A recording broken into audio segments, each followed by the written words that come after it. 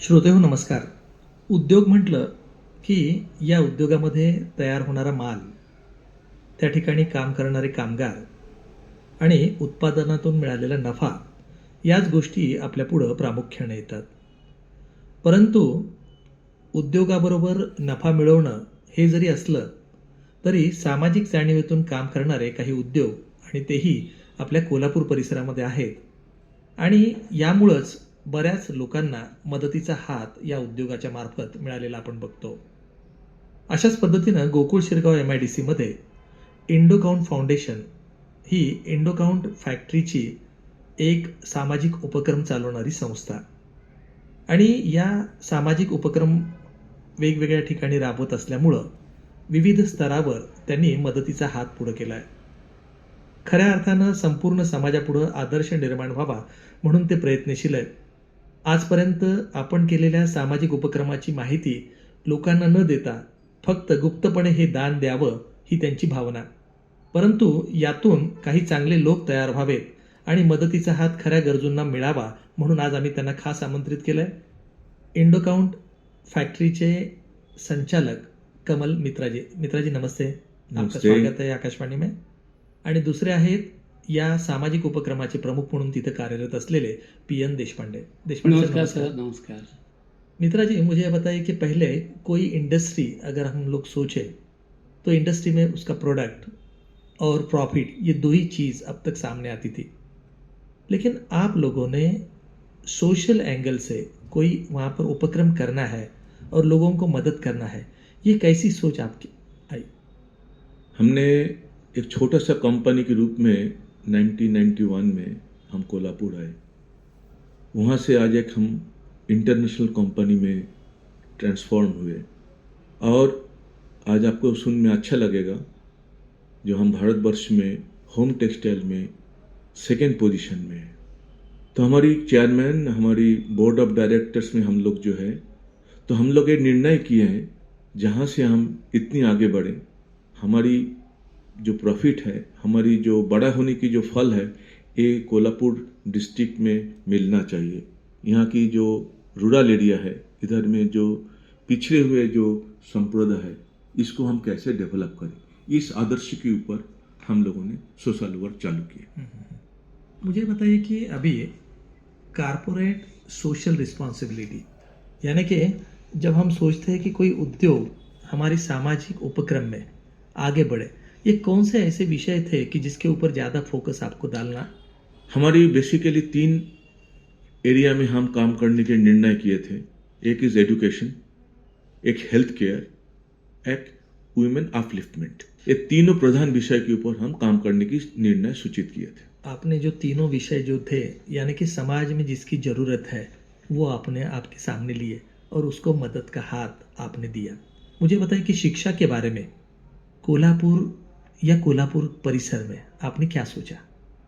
हमने पहले ये सोचा था यहाँ पर जो स्कूल में गवर्नमेंट की एड पहुँचने में समय लगता है बट ठीक से नहीं पहुँच पाते हैं, ऐसे स्कूल हमने निर्णय किए जो उसी स्कूल को हम मदद करें जिधर में स्कूल की एक्चुअली ज़रूरत है मदद की।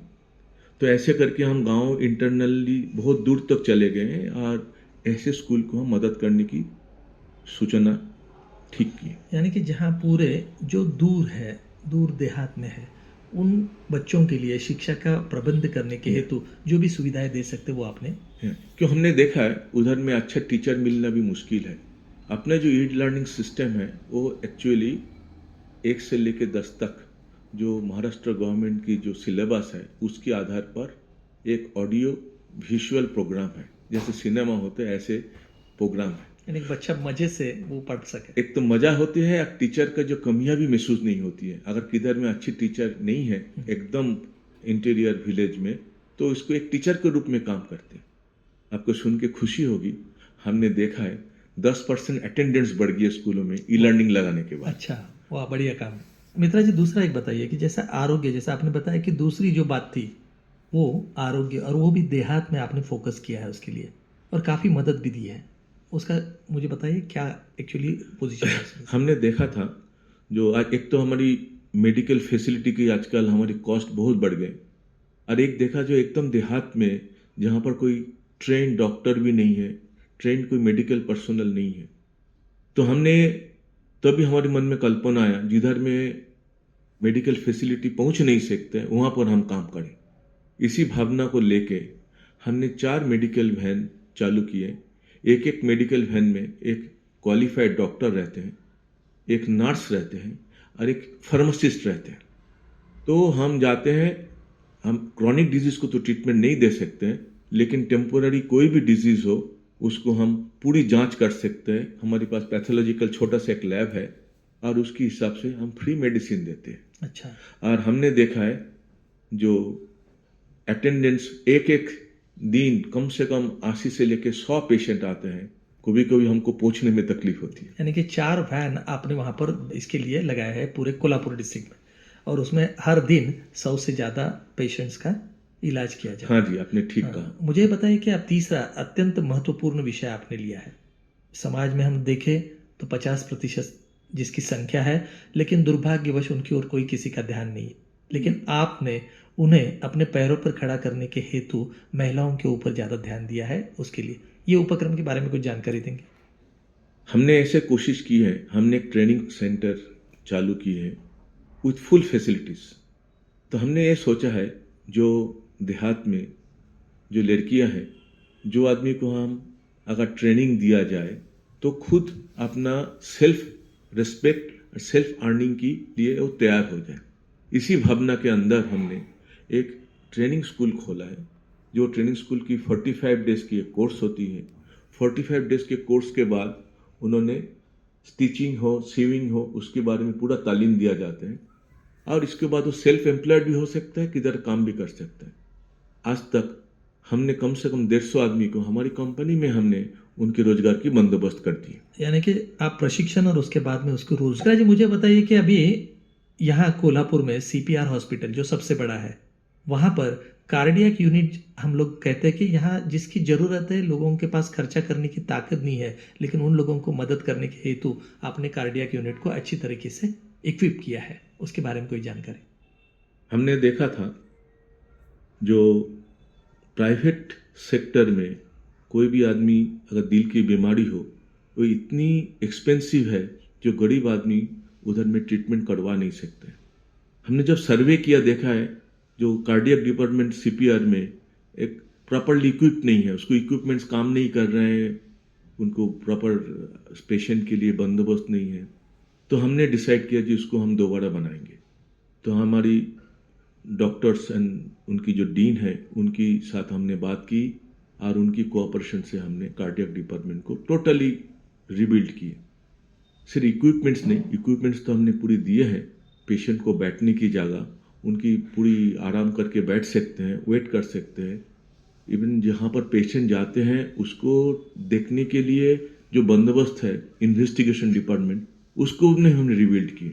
आपको सुनने में खुशी होगी जो आज CPR कार्डियक डिपार्टमेंट में जब हम जाते हैं देखने के लिए, इतने भीड़ दिखाई देती है मेरे को, और जिनको मालूम है वो लोग इतनी आशीर्वाद करते हैं जो कम से कम मेरे हिसाब से 30-40 आदमी को लाइफ सेविंग होते हैं पर मंथ। ये अच्छा, बहुत पुण्य का काम आपने वहाँ पर किया है। मुझे बताइए और एक दूसरा बात, हम लोग जब देहात में जाते हैं, शुद्ध पानी की समस्या काफ़ी हमको महसूस होती है। इसके बारे में भी आपके कंपनी द्वारा आपने कुछ सामाजिक उपक्रम के द्वारा उसने मदद की है आपने? हमने पहले स्कूल को पकड़ ली, जो एकदम देहात में जो स्कूल है उसमें विशुद्ध पानी की काफ़ी समस्याएं हैं। तो हमने एक्वागार्ड कंपनी से बात करके हमने डिज़ाइन किए हैं कम खर्च में हम कैसे प्यूरिफाइड वाटर दे सकते हैं। और हमने देखा उनको पानी का सप्लाई के लिए टैंक भी नहीं है, तो हमने उनसे बात करके एक सेल्फ प्रेशर पंप बनाई और एक टैंक बनाई जो अगर उसके पास पंप है, लेकिन मार्केटिंग की सुविधा न होने की वजह से उसको कम उसकी उपज में से पैसा मिलता है। ये सोचकर आपने तड़ंगी विलेज में कुछ फैसिलिटीज़ दी है फार्मर्स के लिए? हाँ, एक विलेज को हमने कोशिश की थी उसको हम डेवलप करेंगे। तो हम तालंगी विलेज को हमने, उन्होंने हमारे पास जब आए तो हमने उसको सिलेक्ट किया जिसको करेंगे। तो हमने उसको पहले मार्केट यार्ड, एक हमने बहुत बड़ा मार्केट यार्ड बनाया जहाँ कम से कम 50 से 100 किसान आके उधर में अपनी सामान, अपना जो एग्रीकल्चरल प्रोडक्ट है वो उधर वो बेच सकते हैं। तो उसके हिसाब से हमने अच्छी शेड बनाई, जिधर बारिश हो, धूप हो, कोई तकलीफ नहीं होगा। तो हमने वहाँ से शुरुआत की। लेकिन हमने उधर बस स्टैंड नहीं था, तालंगी विलेज को हमने उसको बस स्टैंड डाला। बाद में देखा है उधर समर में उसको पानी नहीं रहते हैं, तो हमने एक जलाशय उसको बना के दिए, जिसमें काफ़ी बड़ा जलाशय उनको बना के यानी दिए। गांव में पानी पीने के लिए या Yes. इसकी सुविधा भी होगी। हाँ, और बस वो नहीं है, उसमें और एक एडवांटेज हुआ जो हमने सोचा नहीं था, जो वाटर लेवल बढ़ गई, जो बाकी जो उनके पास जो पंप है व ट्यूबवेल है उसको पानी मिलने लग गई। वहाँ पर भी आपने शिक्षा के बारे में स्कूल में बहुत सारी फैसिलिटीज दी है। जो फैसिलिटी उसके बारे में कुछ जानकारी देंगे? हमने ऐसे तो कागल में हमने काफ़ी स्कूलों में ई लर्निंग सिस्टम दिए, पानी की बंदोबस्त किए हैं, लेकिन एक स्पेशली हमने एक स्कूल की हमने ऐसे मॉडल हमने पकड़ लिए थे, सरफराज स्कूल में। तो स्कूल में हमने जाके देखा टॉयलेट्स नहीं है, हमने उसको टॉयलेट्स बनवाई। देखा है पढ़ने के लिए बेंच ठीक से नहीं है, हमने बेंच बनाई। बाद में हमको लगा जो स्कूल की बिल्डिंग ठीक होना चाहिए, तो हमने पूरी बिल्डिंग को अंदर से कलर किए हैं। हमने उसको ऐतिह्य को ख़राब नहीं किए, जो इनका पुराना ट्रेडिशन है, अंदर से हमने इसको ब्यूटीफाई किए। बाद में जब हम जाते हैं स्कूल में, देखा है जो विद्यार्थी है उनके अंदर एक नया जोश पैदा हुआ, टीचर्स लोग जो हैं उनके अंदर एक नया भावना पैदा हुआ। तो जब हम उनसे पूछते हैं, बोलते हैं सिर्फ विद्यार्थी नहीं, उसकी ही पिता माता भी आने अच्छा है एक छोटा सा फ्री हॉस्पिटल बनाने का हमारी काम चल रही है। हम ऑखर्ट फाउंडेशन के साथ टाई अप कर रहे हैं, बिकॉज हमें मेडिकल के बारे में ज़्यादा जानकारी नहीं है, तो हमको कोई एक्सपर्ट के साथ ही काम करना पड़ेगा। तो हमारी एक कल्पना चल रही है ऑखर्ट फाउंडेशन के साथ, भविष्य में एक छोटा सा मेडिकल फैसिलिटीज़ हम शहर के अंदर ओपनिंग करने की कोशिश करेंगे। मित्रा जी, बहुत सालों से ये काम आप लोग कर रहे हैं, लेकिन इसकी प्रसिद्धि तो आपने कहीं रखी नहीं, ये गुप्त दान जैसा आप कर रहे थे। लेकिन मुझे ऐसा लगता है कि यहाँ कोल्हापुर में छत्रपति राजर्षि शाहू महाराज ने जो किया, उसी का आगे चलने का कुछ काम अंशतः के रूप में भी हो, आप इंडोकाउंट के द्वारा आपके जो सामाजिक उपक्रम का निधि है उसमें से आप कर रहे हैं। मुझे बताइए कि ये सब उपक्रम देखने के बाद ऐसे बहुत सारे लोग अच्छी तरीके से अपना रिएक्शन दिए होंगे। कौन कौन लोगों ने आपको उसके लिए सराहा है, कुछ बताएंगे आप? मैं सही बताऊं, आज भी देशपांडे साहब हमको इधर लेके आए, जो आपको देख के कम से कम और भी कोई इंस्टीट्यूशन आगे आए, तो इसको मन में रख के आज मैं इधर आया हूँ। जो बहुत बहुत शुक्रिया। आप जैसे अगर 2 4 10 आदमी अगर तैयार हो गए तो समाज के लिए वो बहुत सारा अच्छा काम हो जाएगा।